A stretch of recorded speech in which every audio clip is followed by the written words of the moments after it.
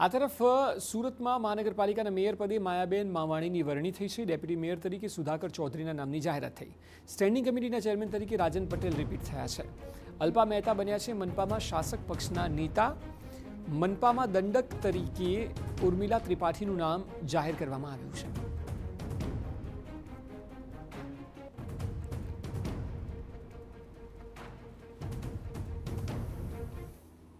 Mayor તરીકે માયાબેન માવાણીનું નામ declare કરવામાં આવ્યું છે। ડેપ્યુટી મેયર તરીકે સુધાકર ચૌધરીનું નામ ડિક્લેર કરવામાં આવ્યું છે અને સ્ટેન્ડિંગ કમિટીના ચેરમેન તરીકે રાજન પટેલનું નામ રિપીટ કરવામાં આવ્યું છે અને નેતા તરીકે અલ્પાબેન મહેતા અને દંડક તરીકે ઉર્મિલાબેન ત્રિપાઠીનું નામ આજે સુરત મહાનગરપાલિકાના પદાધિકારી તરીકે રજૂ કરવામાં આવ્યું છે। તો વડોદરા શહેરના 31માં મેયર બન્યા છે ગીતા મકવાણા। ડેપ્યુટી મેયર તરીકે આદિત્ય પટેલ છે। વર્ષા વ્યાસને સ્ટેન્ડિંગ કમિટીના ચેરમેન બનાયા છે। શ્વેતા માછીને શાસક પક્ષના નેતાની જવાબદારી સોંપાઈ છે। દંડક તરીકે વિજય ચૌહાણના નામની જાહેરાત થઈ છે। તો વડોદરામાં મેયર પદની જવાબદારી ગીતા મકવાણાને સોંપવામાં આવી છે। તેઓએ જણાવ્યું કે ચોમાસું આવી રહ્યું છે ત્યારે સૌથી વધુ જરૂરિયાત પ્રી મોન્સૂન કામગીરીની છે। ઉપરાંત લોકોને શુદ્ધ પાણી મળી રહે તેવું આયોજન કરવામાં આવશે।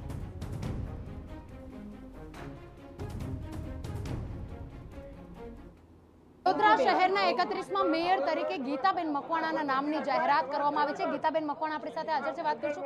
ગીતાબેન, મેયર તરીકેનું પદ મળ્યું છે, ચુનૌતીઓ આગળ સૌથી વધારે કઈ લાગી રહી છે? અત્યારે હાલ તો ચુનૌતીમાં જોઈએ છે કે વરસાદની સિઝન નજીક આવી રહી છે, તો વરસાદના લીધે જે પાણી સમસ્યા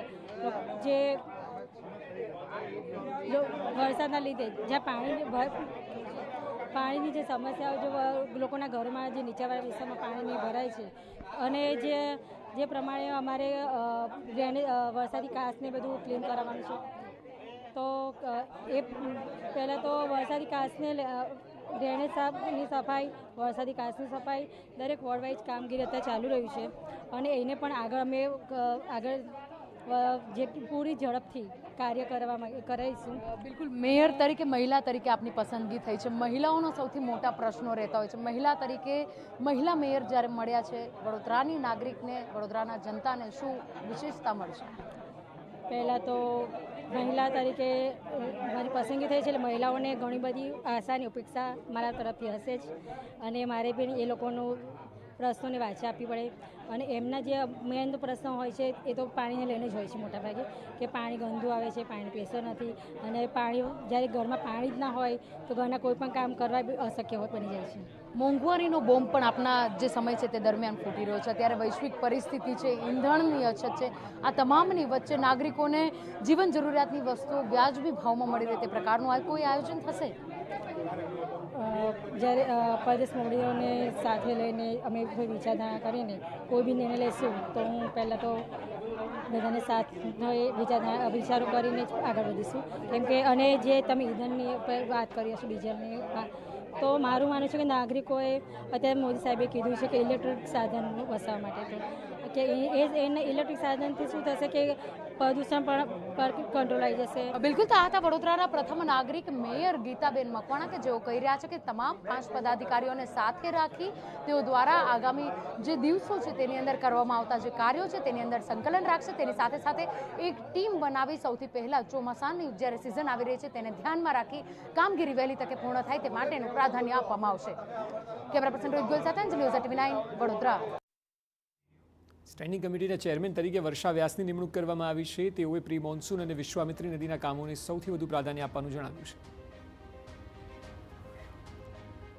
સ્થાનિક સ્વરાજ્યની ચૂંટણીના પરિણામોના 1 મહિના બાદ આજે જ્યારે તમામ જે 5 મુખ્ય પદાધિકારીઓના નામની જાહેરાત કરવામાં આવી છે, મેયર તરીકે ગીતા મકવાણા, ત્યારબાદ સ્થાયી સમિતિના અધ્યક્ષ તરીકે વર્ષાબેન વ્યાસની નિમણૂક કરવામાં આવી છે। વર્ષાબેન આપણી સાથે હાજર છે, વાત કરીશું। વર્ષાબેન, સ્થાયી સમિતિ અધ્યક્ષનું પદ ખૂબ જ મહત્વની જવાબદારી, આપની આંખોમાં આંસુ પણ આજે જોવા મળ્યા? આંસુ છે એ હરખના છે કે એક સામાન્ય કાર્યકર્તાને આટલી મોટી જવાબદારી આપવી એ ફક્ત ને ફક્ત ભારતીય જનતા પાર્ટીમાં જ શક્ય છે।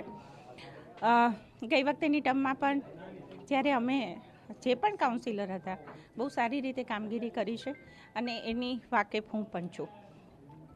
મહુડી મંડળનો ખૂબ ખૂબ ખૂબ આભાર વ્યક્ત કરી રહી છું કે એક નાના કાર્યકર્તાને અને નારી સશક્તિકરણનું ઉત્તમ ઉદાહરણ જે અમે બહેનો ઘરનું બજેટ જે કરતા હોય અને એમાં સૌથી પ્રાયોરિટી પ્રમાણે કરતા હોય, જેમાંથી સૌથી સારું બની શકે એવું કરતા હોય, એક આજે અમને આખા વડોદરા શહેર માટે આપ્યું છું. સંગઠનનો પણ ખૂબ ખૂબ આભાર માગી રહી છું. વર્ષાબેન, આપનો જે સમયગાળો, જે સમય આપને જવાબદારી મળી છે, સામે ઈંધણની અછત, તમામ જે પ્રશ્નો છે, વૈશ્વિક પ્રશ્નોનું, તેની સાથે સાથે વડોદરા શહેરના વિકાસની પણ વાતો છે. વડોદરા શહેરમાં સામે ચોમાસું પણ આવી રહ્યું છે. આપ જાણો છો ચોમાસાના સમયે વડોદરાની પરિસ્થિતિ કેવી રહેતી હોય છે. આ તમામ બાબતોને ધ્યાનમાં રાખીને પ્રાયોરિટીના કામો કયા હશે કે જેને આપ પ્રાધાન્ય આપશો? પ્રી મોન્સૂન સૌથી પહેલી પ્રાયોરિટી હશે અમારી.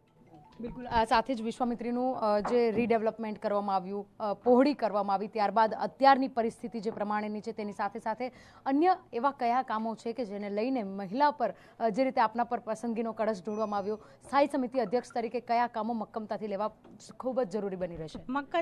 મક્કમતામાં પાણી વડોદરા શહેરમાં પ્રવેશે નહીં વરસાદી, અને વડોદરાવાસીઓને શુદ્ધ, સ્વચ્છ અને પૂરતું પાણી મળે એ પ્રાયોરિટી રહેશે. જે રીતે સ્થાયી સમિતિના અધ્યક્ષ તરીકે વર્ષા વ્યાસની નિમણૂક કરવામાં આવી છે, ત્યારે તેઓ દ્વારા પ્રી મોન્સૂનની કામગીરીના કામોને પ્રથમ પ્રાધાન્યતા આપવામાં આવશે તે પ્રકારનું નિવેદન પણ આપવામાં આવ્યું છે. કેમેરા પર્સન રોહિત ગોયલ સાથે અંજલિ ઓઝા, TV9 વડોદરા.